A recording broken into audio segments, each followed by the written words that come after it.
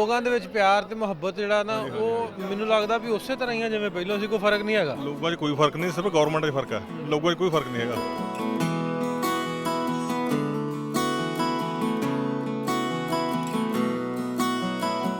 ਕੀ ਫਰਮਾਇਸ਼ ਆਈ ਤੁਹਾਨੂੰ? ਬੱਚੇ ਕਹਿੰਦੇ ਸਾਨੂੰ ਵੀ ਨਨਕਾਣਾ ਸਾਹਿਬ ਤੋਂ ਗਿਫਟ ਲਿਆ ਕੇ ਦਿਓ, ਪੋਤੀਆਂ ਕਹਿੰਦੀਆਂ ਮੈਨੂੰ ਵੀ ਲਿਆ ਕੇ ਦਿਓ।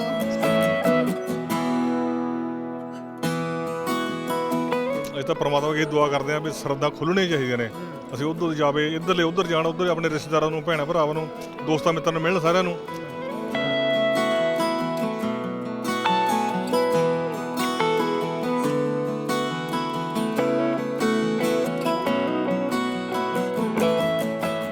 अस्सलाम वालेकुम, सत श्री अकाल। मैं नासिर ढिल्लों। तुसीं इस ਵੇਲੇ जुड़े हो साडे नाल पंजाबी लहर यूट्यूब चैनल ਦੇ ਨਾਲ ਸਾਨੂੰ ਤੁਸੀਂ ਪੰਜਾਬੀ ਲਹਿਰ ਫੇਸਬੁੱਕ ਪੇਜ ਤੇ ਵੇਖ ਸਕਦੇ ਹੋ।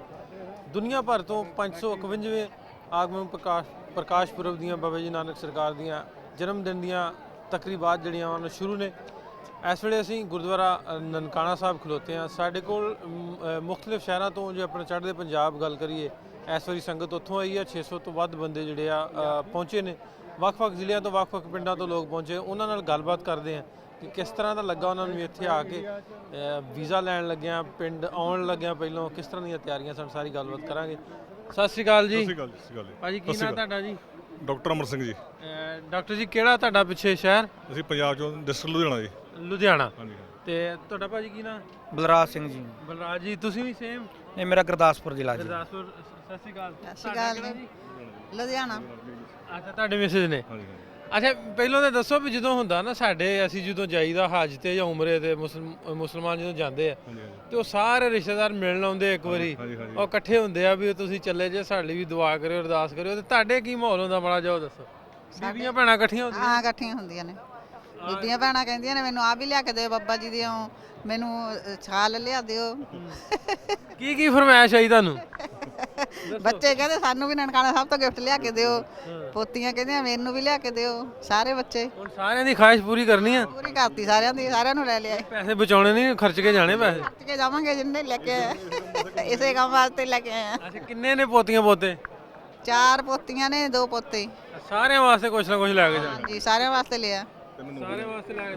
ਨੌਵਾਂ ਵਾਸਤੇ? ਨੌਵਾਂ ਵਾਸਤੇ ਵੀ ਲੈ ਲਏ ਜੀ। ਬੇਟਿਆਂ ਨੇ ਵੀ ਲੈ ਲਈ? ਹਾਂਜੀ, ਬੇਟੇ ਪਾਸੇ ਵੀ ਲੈ ਲਈ। ਹਾਂਜੀ, ਬੇਟੇ ਪਾਸੇ।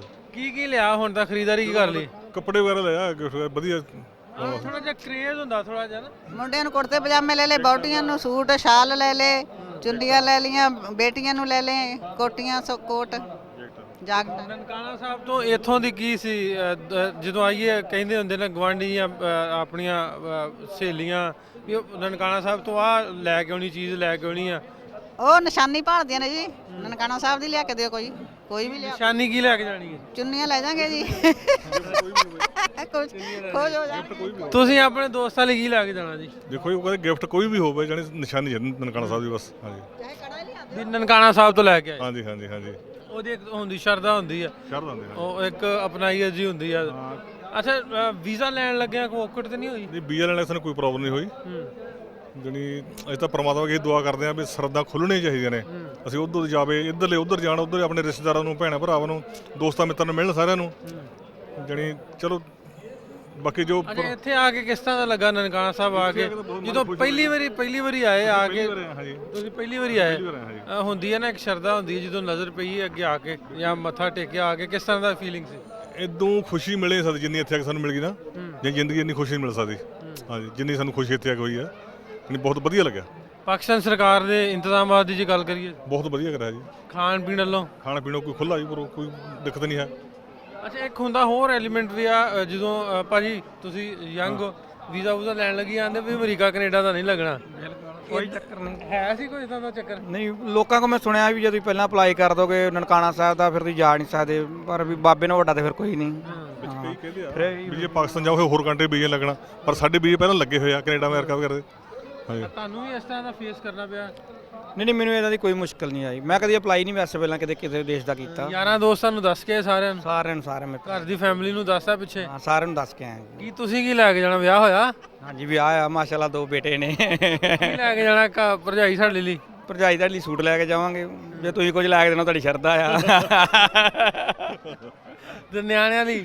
ਬੱਚਿਆਂ ਲਈ ਵੀ ਜੋ ਵਧੀਆ ਲੱਗੇਗਾ ਲੈ ਕੇ ਜਾਵਾਂਗੇ, ਕੁਛ ਨਾ ਕੁਛ ਸਾਰਿਆਂ ਵਾਸਤੇ ਲੈ ਕੇ ਕੁਛ ਨਾ ਕੁਛ ਲੈ ਕੇ ਜਾਵਾਂਗੇ। ਹੁਣ ਐਡੀ ਦੂਰ ਆਏ ਆ, ਬਸ ਸਮੇਂ ਦਾ ਪਤਾ ਨਹੀਂ ਹੁੰਦਾ। ਦੂਰ ਤੇ ਨਹੀਂਗਾ ਉਵੇਂ ਸਰਹੱਦੀ ਵਜ੍ਹਾ ਨਾਲ ਸਰਹੱਦੀ ਸਾਡਾ ਤੇ ਦੂਰ ਹੀ ਆ, ਦੇਖੋ ਸਾਨੂੰ ਤੇ ਚਾਹ ਚੜਦਾ ਸਿਰਫ ਸਰਹੱਦ ਹੀ ਆ, ਬਾਕੀ ਦੂਰ ਤਾਂ ਕੋਈ ਨਹੀਂ ਹੈ।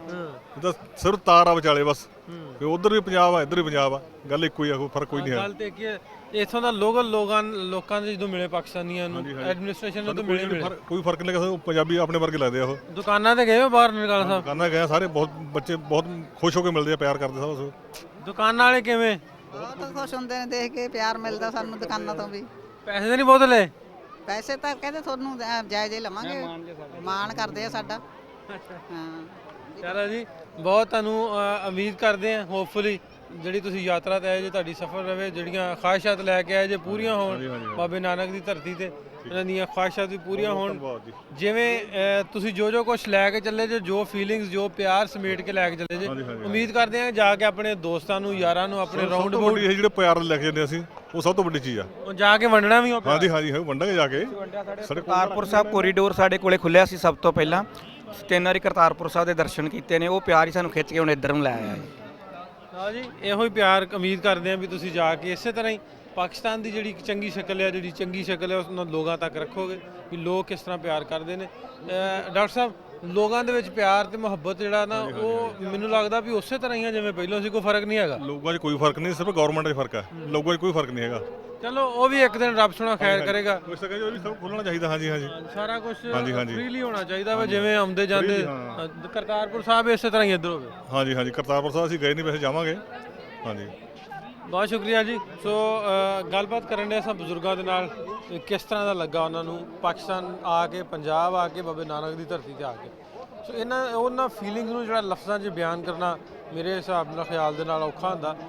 ਬਹੁਤ ਖੁਸ਼ ਨੇ ਯਾਤਰੀ ਜਿੰਨੇ ਵੀ ਆਏ ਨੇ, ਥੋੜ੍ਹੇ ਆਏ ਨੇ ਕੋਵਿਡ ਦੀ ਵਜ੍ਹਾ ਨਾਲ, ਜਿੰਨੇ ਵੀ ਆਏ ਨੇ ਬਹੁਤ ਖੁਸ਼ ਨੇ। ਜਿਹੜੀਆਂ ਫੀਲਿੰਗਸ ਲੈ ਕੇ ਜਾ ਰਹੇ ਨੇ, ਜਿਹੜਾ ਪਿਆਰ ਲੈ ਕੇ ਜਾ ਰਹੇ ਨੇ, ਉਸ ਪਿਆਰ ਨੂੰ ਵੰਡਣਗੇ ਤੇ ਉਹ ਪਿਆਰ ਹੋਰ ਵਧੇਗਾ।